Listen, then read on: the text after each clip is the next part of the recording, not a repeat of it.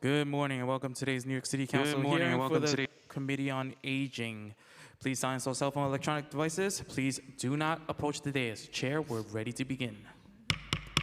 Good morning, everyone. I'm Councilmember Crystal Hudson, Chair of the Committee on Aging. My pronouns are she, her. And today the committee is voting on the following legislation. Proposed introduction number 1022A, sponsored by Councilmember Jennifer Gutierrez and myself, and proposed introduction number 1054A, sponsored by myself. We are joined today by Council members Schulman, Mealy, Banks, Lee, Salam, and Williams. In November, I was proud to announce my Age in Place 2.0 legislative package.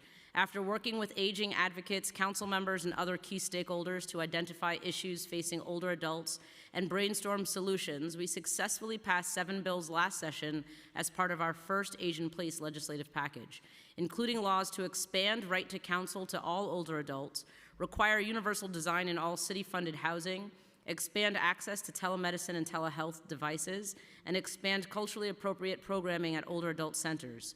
Age in Place 2.0 represents the next step in ensuring that New York City is a place where older adults can thrive.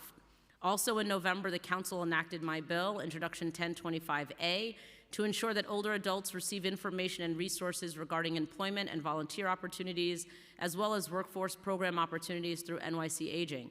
And Introduction 1053, which requires NYC Aging to conduct a feasibility study regarding the creation of older adult information points. The bills we're voting on today will continue to build on our progress towards creating an age-friendly and inclusive city. Proposed introduction number 1022A is a local law in relation to requiring a study and plan regarding naturally occurring retirement communities, or NORCs, and aging in place. More specifically, this bill would require the Department for the Aging to conduct a 3-year study to identify potential NORCs and neighborhood NORCs, assess the needs of older adults, evaluate necessary improvements, and collect data on demographic trends and health outcomes.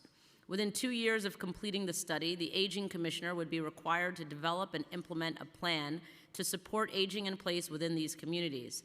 This plan would include recommendations for officially designating identified communities, resource estimates for supportive service programs, training for community-based organizations, infrastructure improvements, and the establishment of a program to provide grant funding and other resources to support the operations of community-based organizations to provide services within such identified communities. Proposed introduction number 1054A is a local law to amend the administrative code of the City of New York in relation to a 10-year plan to support aging in place. This bill requires the Aging Commissioner, in consultation with coordinating agencies, to submit a 10-year aging in place plan.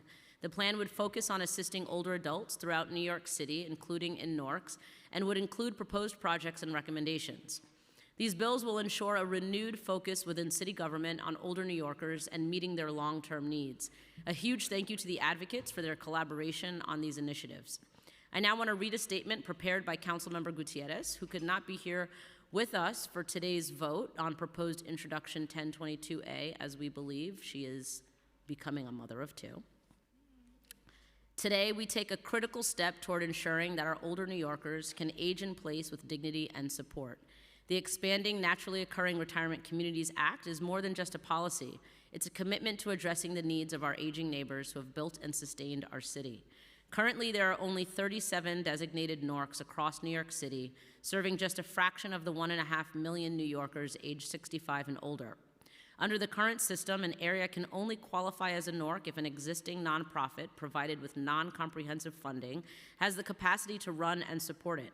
This requirement has left many neighborhoods without NORC services simply because they lack stable nonprofit infrastructure.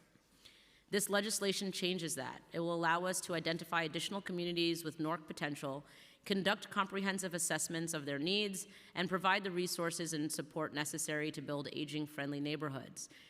I'd like to thank Chair Hudson for her leadership and partnership in making this possible. And to Councilmember Gutierrez, I say you are very welcome, and it's been my pleasure.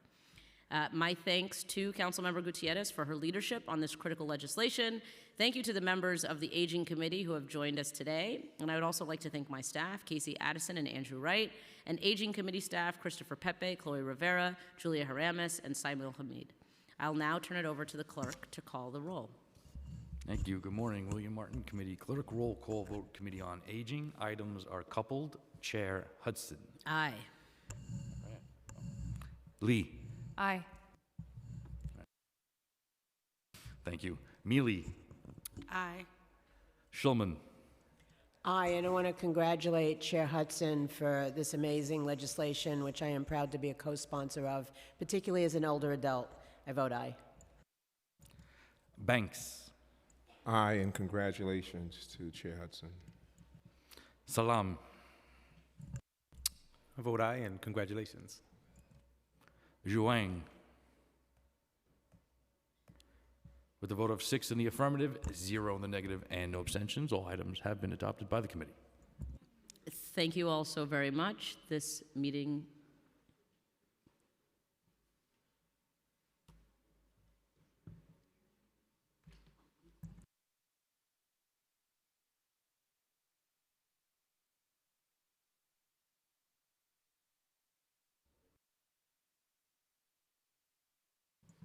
Okay, thank you very much. This meeting is now adjourned.